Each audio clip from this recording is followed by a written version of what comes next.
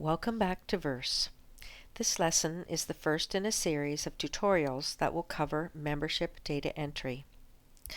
We will launch the membership module, take a look at the switchboard, discover the data entry form, and enter real data. If you have parishioner information to enter into Verse, have it ready as we go through the steps. Pause this tutorial at any time throughout the lesson. Let's get started. From the main switchboard, click the membership icon. You are viewing the membership switchboard. It contains the mini helper, data entry form, archived members form, resources and organizations form, and the membership report switchboard. Click the data entry icon. As you can see, there is a lot going on in this form. We will start at the top and work our way down. A rule of thumb to remember about who to enter into this form is anyone who gives money to the church. Whether it be an individual or an organization, they are all added here. Anyone who you are following in terms of family members, archives, volunteers, next of kin are all entered here. The codes allow you to select what type of member they are. We will look at the codes in the next tutorial. Lesson 1 will focus on the green section at the top of the form. First, let's look at the search options. The envelope /DDP, which is short form for direct deposit, drop-down contains all members who have an envelope number. For convenience, I've added if they are on direct deposit. We will address this at a later tutorial when we get into the finance section. But for now, know that you can enter an envelope number for anyone you enter into the database, and it will populate this drop-down form. And you can search by envelope number. Something to consider about the envelope numbers for each member is to assign an envelope number even if they don't receive physical envelopes. Assigning such a number will help create detailed and organized reports.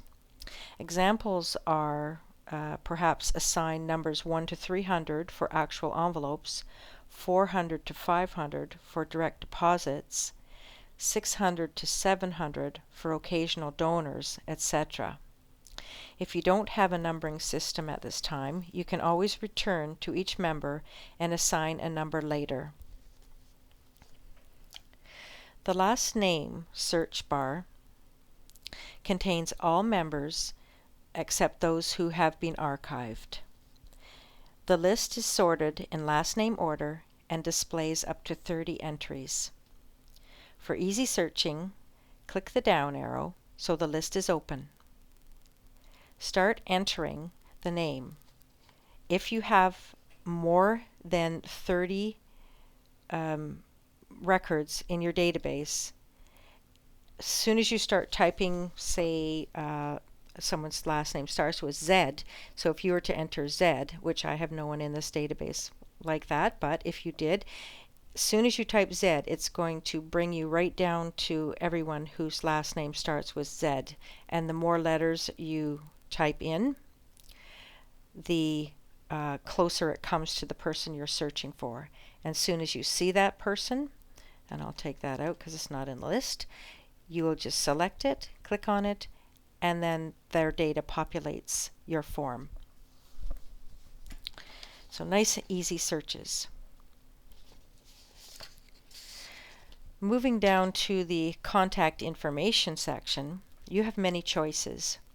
You can enter a title, gender, and much more. So let's start entering real data. I'm going to go to a new record, and if you have data in your database already, then click on the Add New button in the menu bar on the right, and you'll see that you have a nice blank slate and can start entering data as soon as you wish. So choose a title and a gender, first name, and the given name is going to be the same. You can, if it's like for myself, it would be Connie, given name would be Constance. So that's sort of basic way to keep it separate. If they use Jim instead of James, that's all good. You can just fill in as you please. And the last name, and I'm just making up data as we go along here. And fill in all available fields. Everything that you can, the more data you have, the better your reports will be. For the join date, the updated date, and the date left, the date format is month, 2 digits, day, 2 digits, and year, 4 digits.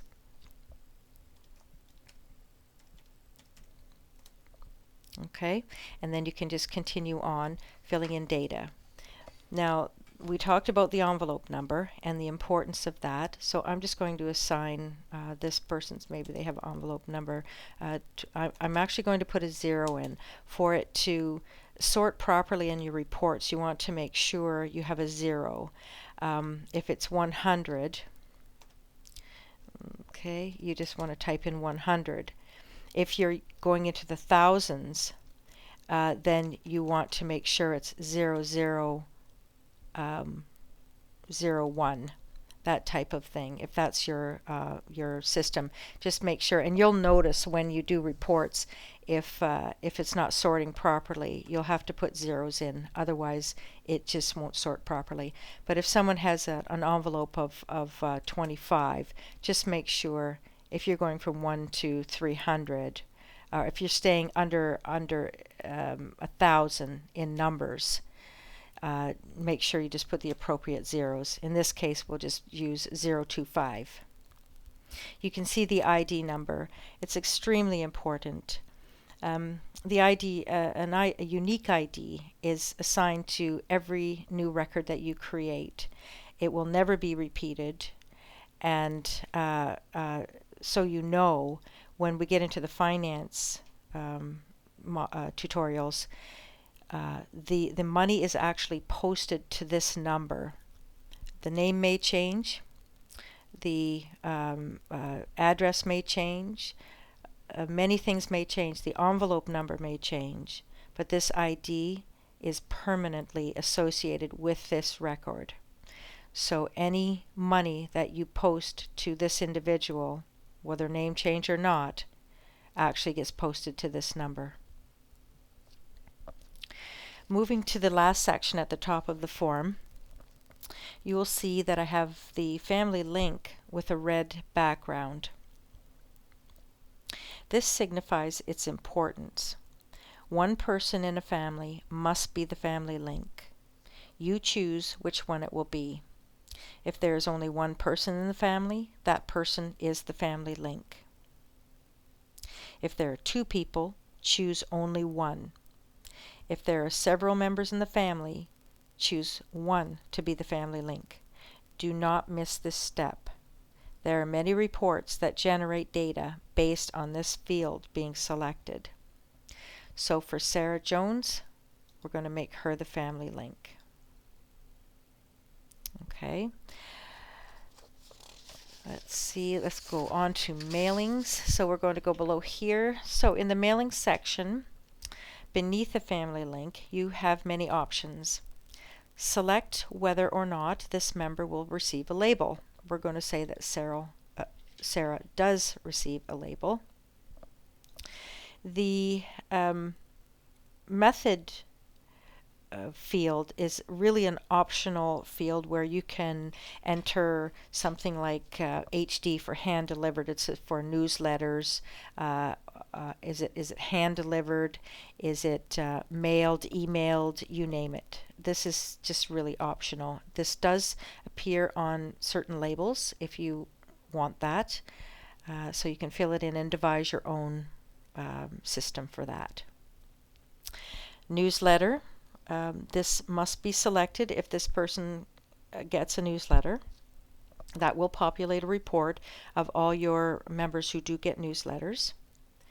And for the email, the automatic email part of the database, which is brand new, you must select this. This will send a message to that module saying that Sarah wants to go on the emailing list. And of course she would need an email address. And we'll take this next section in the in lesson 2, the next tutorial. This last field is for entering names as you want them to appear on a mailing label. For instance, if Sarah and Ron both want to appear on the tax receipt, you would fill in Ron and Sarah, just like that. The system will pick up the last name for you. So your label, your reports will read Ron and Sarah Jones. You can also put in here Mr. Ron and Mrs. Sarah, and it will pick up Jones. If Ron has a different last name, you can put something like Ron Peters and Sarah, and the system will pick up Jones. Okay, so that ends lesson 1 of the membership series of tutorials. Just before we leave, I do want to just address this one field, and then we'll end the tutorial. I do want to cover this though, the no annual receipt. If Sarah were a business, or if she just wants to come to church and put cash in the plate and requires no annual receipt at all, you would click in here. The system will then recognize that Sarah does not want a receipt, and no annual receipts of any kind will be issued for her.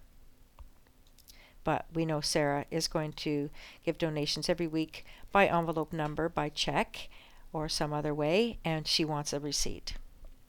So truly this does end lesson 1 of the membership series of tutorials. When you are ready, go to membership lesson 2.